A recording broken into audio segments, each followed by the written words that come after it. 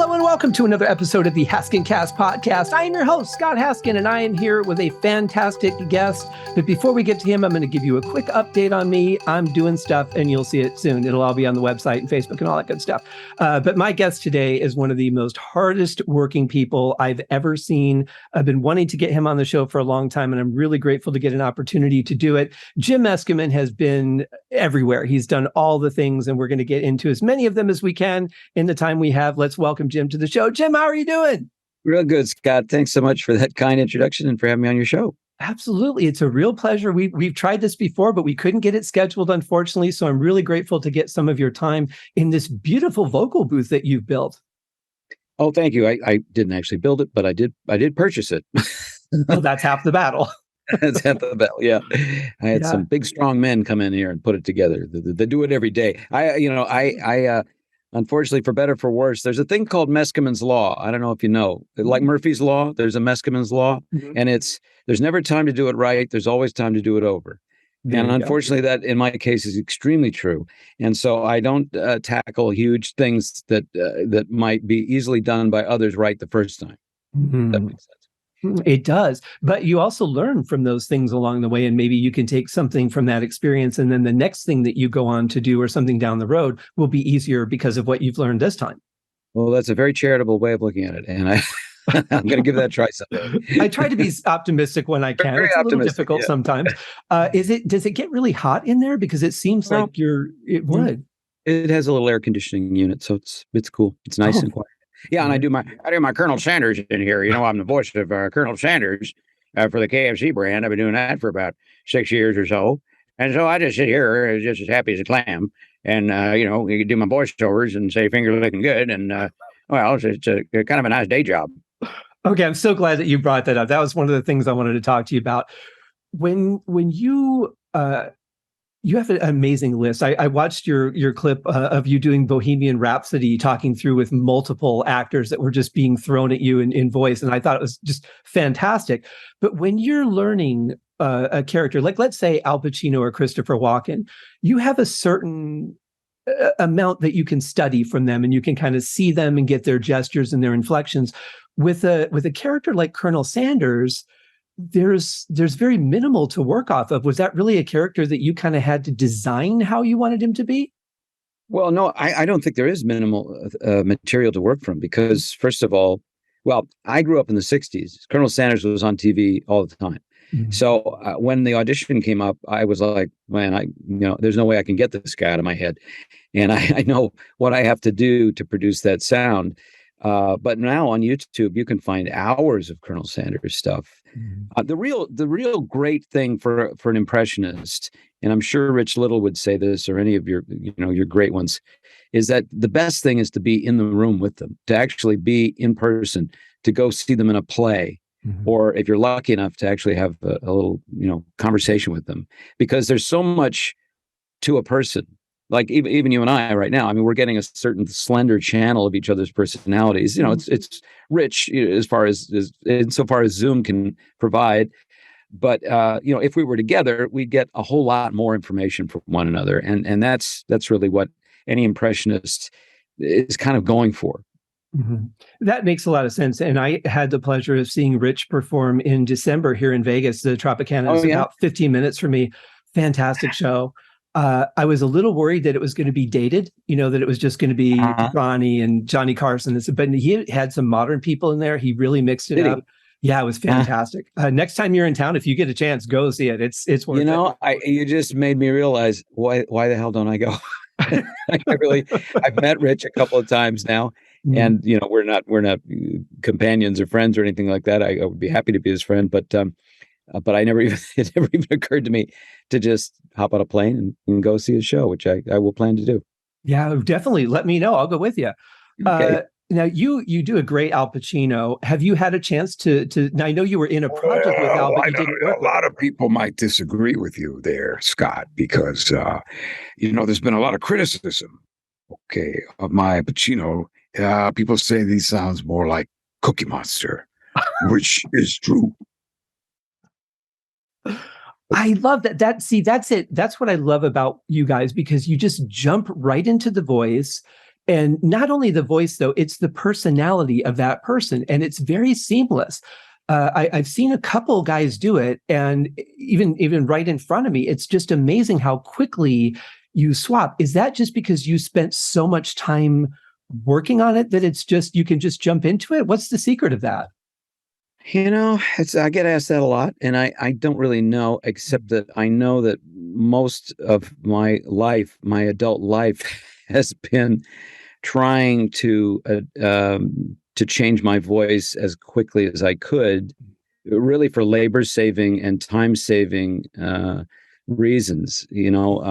Playing various characters on an audiobook or in a radio show or on stage, and I enjoy the quick change. For me, it's amusing and it's fun and it's a kind of a challenging opportunity. Mm-hmm. And so I, for better or for worse, I've gotten just a lot of practice. And then I noticed, a few years ago that audiences really respond to it. So I was like, oh, okay, well, maybe this thing that I think is kind of fun and kind of pleasant to do and kind of cool, maybe it's something that is justified, because an audience seeing me live really kind of gets a charge out of it. It's a little bit like a magic trick, Yeah. So I'm definitely trying to, like today, I did a job that I can't talk about for Disney, but I had to do a sound alike. And there's certain applications of that art where you're probably better to take a little time and to kind of ease into it a little, and not switch back and forth so much. And in times like that, where I'm doing it in a professional thing, where I'm actually trying to sound convincingly like another performer, I will just sort of stay in that character rather than bounce back and forth from my own voice. Although I could do it that way, but it seems a little better to just kind of hunker down and really occupy that personality. The thing you said about before that I wanted to address is that how long it takes. People always ask, how long does it take, and how long do you work on it? And it really never ends, because there's so much in a personality and so much in a voice that you can hope to get, I don't know, charitably 75%, if you could percentage it. And then there's so much more there to always get. When I first started doing President Bush, I had just I really hadn't heard him very much. Nobody had really outside of Texas. So I was able to succeed to a certain degree, but when I listened back to those old recordings, I realized that now, over the years, I've gotten better and better at it. Better, meaning more of his information, more of his wavelength, if you will, is something that I've been able to capture and then communicate to others. So is there not a point where you look at it and go, okay, I feel like I've pretty much mastered this person because it's always ongoing, or do you, is there a level of confidence? Yeah, I'm not a slave driver to myself. I particularly if someone's paid me money for it and I've been in a cartoon or a movie or something, I'm like, yeah, I think this is pretty good. But out of interest, if I am interested in the character, I always continue to sort of analyze it and listen. Plus, it's a moving target. These people are getting older. They're changing. They go through life experiences. Their voices are not, Christopher Walken does not sound today like he did in 1978. Right. And I don't either, for that matter. So, so it's a fun game, because you're always sort of, it's just another way to be aware of other people and to appreciate other people. So it's a beautiful thing.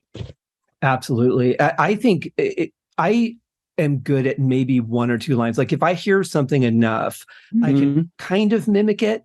I could never get Al Pacino, like not one word of Al Pacino, because I can't get that grumble that he's got in his voice that's so key to it. But like a Tony Danza, I've been able to do like a line or two, but that's where my skill ends, really. So I really admire people who can do it. But is there truth to the mirror strategy? Is that really a thing that people do, where they do it into a mirror? Oh, I don't know too much about that. I'm not one of those people that uses a mirror.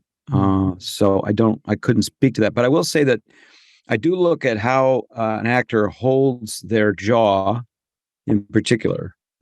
For instance, Garrison Keillor. I don't know if you know Garrison Keillor. He's a writer, he's a radio personality, and out of Minnesota Public Radio. And he holds his jaw very jutted out. He's got a kind of an underslung jaw, and that changes the sound. Changes the sound a lot, how you sound. Bryan Cranston of Breaking Bad fame and Malcolm in the Middle. when I listen to him on his audiobook and sort of study his voice. He's a contemporary of mine, so I'm interested, but I'm also listening to see what sound quality there is. And it sounds to me like he's keeping his teeth sort of separated all the time when he talks. And that also, it just changes the sound a little bit. So I will observe either just through my ears or with my eyes. If I notice something, like everybody knows about Sylvester Stallone is another thing. His mouth's all twisted over to one side. So, it's just the way he talks. You understand what I mean? That's fantastic. But yeah, that's so true. I mean, obviously the way our lips are, the way our jaw is, the posture that we have, all those things affect our voice. So yeah, certainly that's very smart for you to study that. Because I think that's one of the things that like amateur people don't necessarily get is they'll just try and mimic the voice and maybe a certain facial feature, but not necessarily really dig into it to that level. But that's got to be a huge key to being so good. Yeah, it's part of being that person. You kind of look at that person. How could I really be that person? Mm-hmm. How could I feel their body on mine? How could I wear that? And so the better duplication that you can achieve, the better chance you have. Mm-hmm. I mean, the other thing too is that we're all, we have different vocal restrictions. Some people have beautiful, deep, sonorous voices. I don't. I have a kind of a mid-range voice. Other people have very high voices. Tom Cruise has a rather high voice. I can't really do a Tom Cruise, which I could. He's a great actor. But so you also, but even that is not always so important, because to me, the way I operate anyway, for better or for worse, rightly or wrongly, is that I consider the top, most important, most crucial quality for an impressionist to capture is the viewpoint of the person. How they look at things, or how they're generally seen as looking at things. If they play a lot of characters, what their attitude is, what their approach to things is, how they see the world. That's even more important than the exact timbre, of their voice. Like I saw somebody, forgive me, I don't remember the kid's name, but there was a high school or junior high school kid. I don't think his voice had changed yet, who did this commencement speech. It was all over YouTube a year or so ago. And he did Bernie Sanders and Hillary Clinton and Barack Obama. And obviously his voice was much higher because his voice hadn't changed. Right. But his grasp of the personalities was so hilariously good that he just killed the room. I mean, or the auditorium or the gym or wherever it was. He just destroyed it. And I was like, here's a perfect example. Viewpoint is the key thing. The mechanics, it would be great, but it's not the most important. Yeah, I would think that if I'm, going to see somebody perform and they're doing that, it's not just convincing me that you can say things that sound like them. It's jumping into their personality and making me feel like you are them, like you've become them. And that was one thing I loved about seeing Rich Little perform, is I really felt like Johnny Carson had walked into the room and inhibited his body and said, I'm just going to control you for a while. It was that natural. So does the voice part come first and then you study the personality, or is it all kind of done together? No, it's really I think it's a pretty much together thing. In my experience, there are certain performers that I just love, and I just kind of want to absorb them. And I watch them, and I can kind of hear them and can kind of feel them, and it all sort of happens at once, I guess. I don't break it down too much at this point. It's pretty automatic with me. I have so many little, I don't know, training patterns set up in my face and my diaphragm and whatever else, to pull this off in my mind. If I can hear it in my mind, that's good. I think that mental library is very important. And then I just have to kind of drill in the physicality of it so that I can switch on a dime and become Ron Howard, just like that. And change the way I hold my head and the way I focus my eyes, actually. So Yeah, very important. Like Al Pacino always looks in a different direction from where he's talking. I've noticed that's right. Always another direction. Why not? Well, you mentioned Ron Howard. I've got to ask you about this, because you were actually on one of the most famous episodes of Happy Days when you were young. Of course, your mom played Marion Cunningham, right. Great actress, just phenomenal.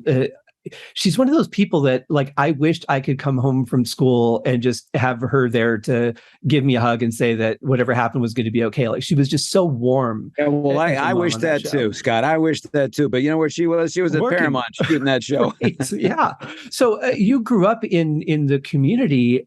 It seems like it can go either way. It seems like you can say, I watched this from an inner circle and I don't want anything to do with this business, or I watched it and I think this is an environment I want to be a part of. Was there something that clicked that said you wanted to do it? Yeah, it was. Those people were having a really fun time. Ron, Henry, Donnie, Anston, the directors, the crew, the writers. It was a unique time in American television. It was prior to the big digital age and all that, the proliferation of different channels and platforms.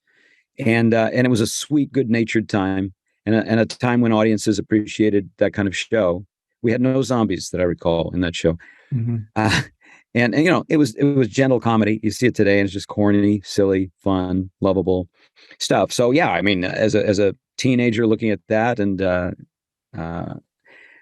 I had not made a full commitment to acting yet because I was still kind of on a path of being a visual artist. I was very definitely on that path. I was a cartoonist. I wanted to paint, and I eventually had that as my first career. But at the time, I mean, just looking at that world, you're like, oh my God, these people are doing a fun show every Friday night. Audiences go crazy. They get great ratings. They're making money. And then in the off season, they all go and play softball together in stadiums. I mean, yeah.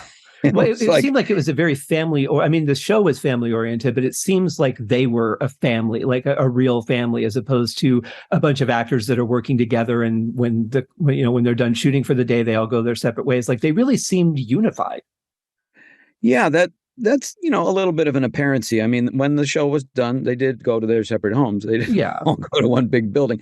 But there was like any, if you do a play, you've experienced this. You all kind of bond together. You have certain references in common, certain experiences in common, and that's a very rich relationship. And they were on the air together for 11 seasons, I think, and that's a lot of mileage, particularly when you're also being together for a significant portion of the hiatus period. So that in between seasons, you're also traveling together and being on planes together and having these unusual experiences together. It was a very fertile time. And I know my mom just loved it. She still talks about it. And it's such an amazing highlight. And then, even people, I don't know. I don't know how young it goes now. I don't really know that data, but I know that people in their 30s today are familiar with my mom and love my mom because of that show. And this show is pretty old now. The last show was probably done in 1983. So, but I feel like it has withstood the test of time. If I were to watch an episode now, I feel like I would enjoy it as much as I did when I was a kid. And I'm 50, so I was part of the generation that grew up and watched it. Yeah, but there's other shows that for me that I've gone back and watched and I thought, how could I ever have gotten into this show? But Happy Days is one of the ones where I like Happy Days and MASH, I think are the two big ones for me where I can go back to those and watch them and go, this is just as relevant to me today as it was 30 years ago. Yep. But the episode that you were on was the infamous Jump the Shark episode of all the ones that you could have done. I know. It's become this iconic thing, although the show itself has not particularly, gotten much attention, but that episode, but that phrase, jump the shark, which has come to mean, I don't know, how would you define it? I think it means the point where it's believed that the show started its decline, where I don't necessarily agree with those all the time, because I think you have ups and downs. There's good episodes. There's episodes that aren't quite, maybe they rushed it, maybe, whatever happens. But I don't think that it's necessarily an accurate phrase most of the time. But that might have been an episode that was a lesser one, which usually location episodes usually get a little weird. Yeah, that one was a kind of what I guess you'd call it kind of stunty, because it was a two-parter. And it had like a lot of other celebrities kind of thrown in, like Lauren Green was in it, I remember. And walked by and they said, Marion, Tom Bosley says, Marion, that was Lauren Green. Oh, really? And it had, of course, Fonzie jumping the shark, which is rather a stretch from, where the show began. But that was actually season 5 of Was it 11. really? Wow, I Sort of didn't realize shocking. it was that. So I'm definitely going to say that was wrong for Yeah, that. it was a little. Yeah, I think it's a good analogy though. People understand it. It's like when a show starts to do this kind of thing that's really outside its wheelhouse, then you go, maybe they're straining a little bit. But I don't think Happy Days was. I think it's just a useful phrase. And I was the kid on the beach, 17 years old at that time, who ran by and said, "They got a shark out there." I announced the shark. So that's a little claim to fame. You set it up, and Fonzie knocked it over. I set it up. That show could not have progressed without my. That's right. I was an extra in the movie Jason Bourne. If you just know exactly where to look, you can see me for a split second in the trailer in one of the scenes. But I claim that I'm the unsung hero of the movie. I made the difference. That's right. You know? That's right. Keep claiming. Yeah. I want to talk to you about your online course that you offer because that looks like a really amazing package. Can you tell us about that? Oh, thanks for asking. Yes, I have a series of videos that it's a kind of a workshop really in how to be a working actor. I don't teach you how to act because that's really not something I could do in videos. And anyway, my wife has a really good acting school called the Acting Center here in LA. And that's where I usually field people to for experience in acting and the craft and the art of acting. However, there's a whole nother craft, which is keeping working, developing a career, maintaining things and setting up your life to support an ongoing, growing acting career. I've been an actor for 35 years, principally earning not doing other things, but earning my living as an actor, earning a good living, keeping it going. I'm not a big celebrity, obviously, but I am a working guy, and this is. This is something that I saw my mother go through before Happy Days. She was a working actress. She supported our family. She was a single mom with 2 kids and always did guest spots in movies and plays and eventually built that up into, the career we've been talking about. So I observed what she was doing. I paid attention to what I was doing in New York when I started out. And I made these videos to describe to people, here's what I think is a really good idea to do if you're trying to keep things going over the long haul, how to deal with certain problems and challenges that come up even from the very beginning, where you're like, how do I get an agent? Do I need an agent? Right. What about photos? What about, all these mechanical things that you need? I talk about that. And I talk about how to, avoid certain pitfalls that I either avoided or didn't, but I can speak to. And I put them all together in these nice videos, and they're available at jimworkingactor.com. There's a money back guarantee. So if you don't like them, you can always throw them away. And I honestly did try to help other people, because I get people coming to me all the time asking about, well, how do you do it? Wow, look at your IMDb. Look at you. How long you've been acting? I saw you on this. I saw you on that. And there's a method to what I've done, and I have really worked very hard at it. And I paid attention. So I know what I did. And that is what I continue to do. And I'm very happy to share it with others, because at this stage in my career, I'm like, I'm happy to let people know what I've been doing and to help them if they can. There's plenty of room. Right now, there's just so much production going on, so many series. Back in the day, if a star had a hit TV series, that occupied their whole schedule. These days, stars can have a couple of series and then another movie role, and then an animated show, and they can have so much. They can do so much, and then there's room for other people to fill in those other jobs too. So I just think it's a great time for people to get busy if they really are interested in being an actor.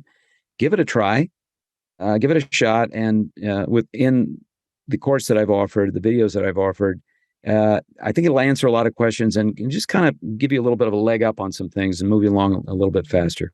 Excellent. Well, I'm grateful that you did that. I'm sure that's helped and will continue to help a lot of people. I've got that link in the show notes for you guys. Also, the link to Jim's YouTube channel, because there is a plethora of things to enjoy, as well as you've got some really good tips and things that you put in there. Thank you. There's just, it's a great place to go swimming for, I would say, a good 2 or 3 days you could probably spend before you saw everything. Yeah. Watch responsibly, I say. You can go down the rabbit hole on a bunch of my videos. But yeah, I do try to do weekly kind of tips, free tips, things that I encounter, because there's always new things that happen to me in my acting career. Stuff you're like, wow, I never knew this was coming. This was interesting. I never experienced this before, because the business itself is changing. Yeah. The fundamentals pretty much stay the same, but the external things and a lot of little details change all the time. It's quite interesting. Yeah, and you're certainly somebody who has moved with it as it has evolved. I mean, you're constantly reinventing projects, finding things to do. When there's nothing going on, you create a video, you keep busy. And that's right. I think that's so important, because not only are you providing things for people to be entertained with, but you're also doing something for yourself. You're keeping your chops up, you're challenging yourself. And I think we can tend to get in a comfort zone and not really find a reason to push ourselves unless we're given a reason to. Right. And to speak to that, because that's a really good point, Scott. The other thing is, when you're an actor, your product, or the thing that you're making, it looks an awful lot like you. It's your body, or your voice, or the way you move, or your ideas and your tastes and things like that. And at first there's a lot of resistance generally from people starting out, because they're like, it's kind of like really putting yourself on the line. It's a little bit like being a door-to-door salesman sometimes, in terms of like how much are you willing to confront about what you're about to do. Yeah. And so it's very easy to go, you know what, there's probably a better way to do this, or maybe there's another job I could do, but the people that do persevere and go, all right, now I'm going to try this, and put themselves out there. I mean, those are the people that we see on television and in films. They're the people that have kind of mastered their trepidation and fear and jumped into it and not thought too much about how badly they could look. I think that is one of the bigger fears, is if I do this, will I be typecast? If I don't do well at it, are they going to never want to see me for anything else again? And it's kind of like, you've got the chessboard and you move one piece and you're like, if I move this one piece here, I could lose the entire game. I could understand that fear, but I also think there's so many people that, unless you do something incredibly horrible, it's probably not really going to be remembered that you auditioned for this one thing or something like that. I think we have a bigger fear than we really need to there.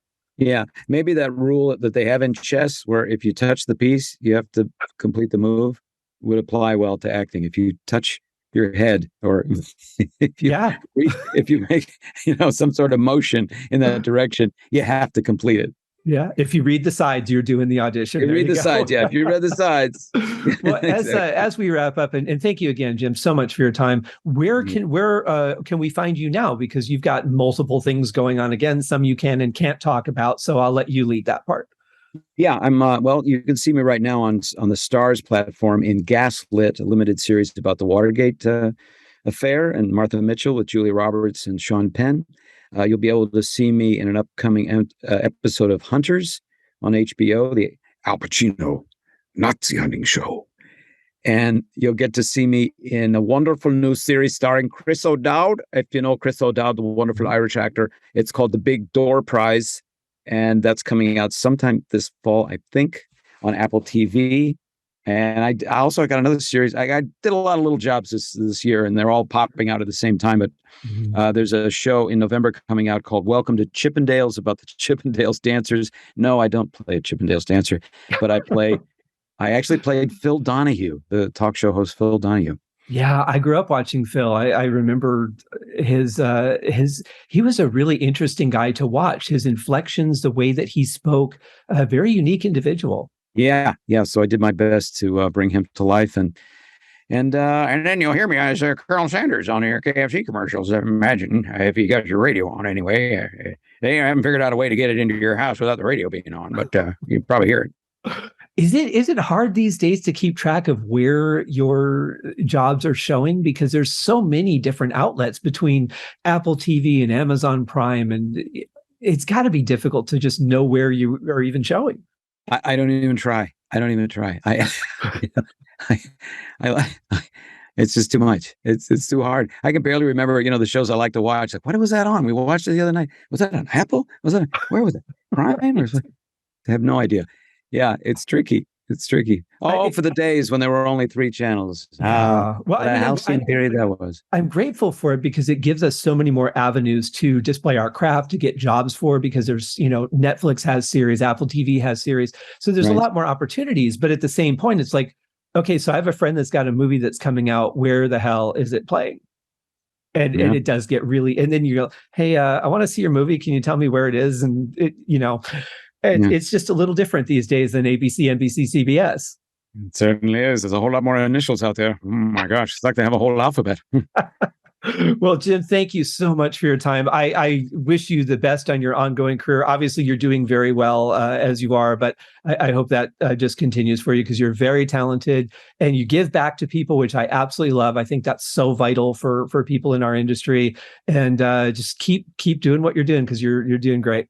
Wow, very gracious. Thank you, Scott. Appreciate it. Thank you, Jim.